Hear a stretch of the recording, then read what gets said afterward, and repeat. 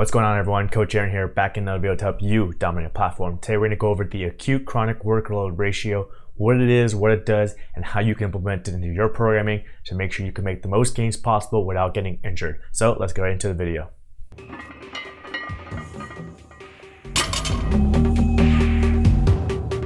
Alrighty everyone, welcome back to another video. And if you are new here and you don't know who I am, my name is Venmo Khamesi. I'm a powerlifting coach, athlete, referee, and meet director. So I make videos here on the channel to help out those groups of people. Today we're going to go over something called the acute chronic workload ratio, which can be used for when you're developing training programs. So if you are a coach or you are a lifter who programs for yourself, this is something that you can track for each lift for each week and see how it is going up and down to make sure that you're making good progress on your list without a high risk of injury. So what we're talking about is the acute chronic workload ratio, also known as ACWR. So this was something that was developed many years ago in other sports, and they've done research for it when it comes to football, soccer, rugby, and other sports out there. And what they found is there's a range that's a sweet spot when it comes to training, and then some ranges that are more dangerous and could be higher risk of injury. So this is something that we can take from those other sports and put it into powerlifting. And so when we're talking about acute and chronic, for acute, we're talking about short term, and chronic, we're talking about long term.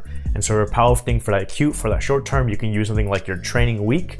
And for that chronic, for that long term, you can use something like your training month or 4 weeks of training. And for that 4-week chronic workload number, you can either use a simple average, which gives equal weight to each training week's workload, or you can do an exponential average where maybe you're putting a higher weighting on the closer 2 weeks of training and maybe a lower weighting on the farther out 2 weeks of training, since obviously 3 or 4 weeks out may have a less effect on your body than the 1 or 2 weeks out. So once you have your 4-week training average, and then you also have your current week's training load, then you can compare those two, and then you can see whether the acute workload is higher or lower than the chronic workload, and by how much, and that's going to give us our ratio. In the research, what they found when they compared the acute to the chronic workload is somewhere between 0.8 and 1.3 is kind of that sweet spot where you can get a lot of good training in, a lot of workload in, build up your fitness, build up some fatigue, but not have too much of an injury risk. But if you start getting into the extremes on either side, especially on the higher side, if you're at 1.5, then that's considered the danger zone where the injury risk goes up really high. And so it's not even worth training in that high of workload, since injuries can not only keep you stagnant, but they also set you back, because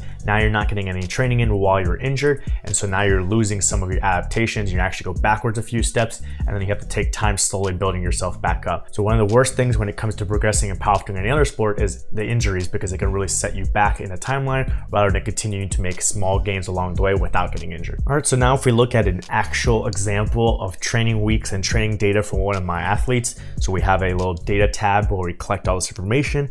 You can see that for each training week, I'm looking at the volume, which is the sets and reps. You can also do the tonnage if you want to include the weight, but for this example, we're just looking at the total sets and reps in a training week for each lift. The squat, the bench press, and deadlift are all separated out.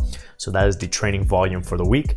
Then also there is the 4-week rolling average of the volume, and I just do a simple moving average, so each week is weighted the same. And then on the far right in the colors in the red and green, then you can see the acute chronic workload ratio for each lift, squat, bench press, and deadlift, which is taking that training week, whatever week it is on, and looking at it compared again to that 4-week chronic load average. So then you can see that some weeks are red, some weeks are white, some weeks are green, some weeks are back-to-back weeks of constantly red, some weeks are back-to-back weeks of constantly green. It just depends on what our goal was for that week and for that block, and also if anything came up like unplanned deloads like vacation or gym closures these days and that kinds of stuff. But when you're starting up a new cycle and you're trying to go into that volume training, then you want to build up slowly. So you're going to have red weeks like you can see here. We're hitting some weeks that are 1.05, 1.1, 1.2, but we're doing it in a slow step-by-step manner. So you may have 1 or 2 intro weeks, and then you start going into whatever it is, 4 weeks, 6 weeks, or 8 weeks of volume. And within those even 4, 6, or 8 weeks,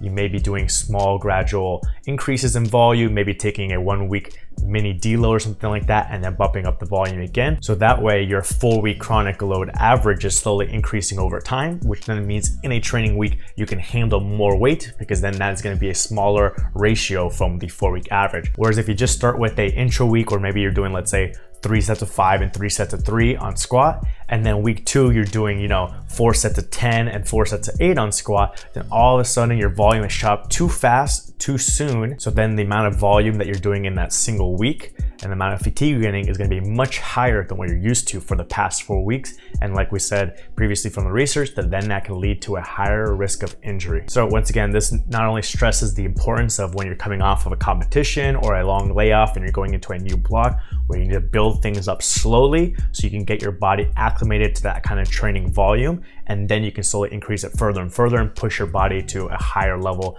of workload and fatigue. You don't want huge spikes up or down within a training block, as going into those either extreme can then lead to a higher risk of injury. So when you're trying to push the volume higher and higher, you can focus on maybe like 1.2, 1.25, or 1.3 as your ratio, and really avoid that 1.5 and above.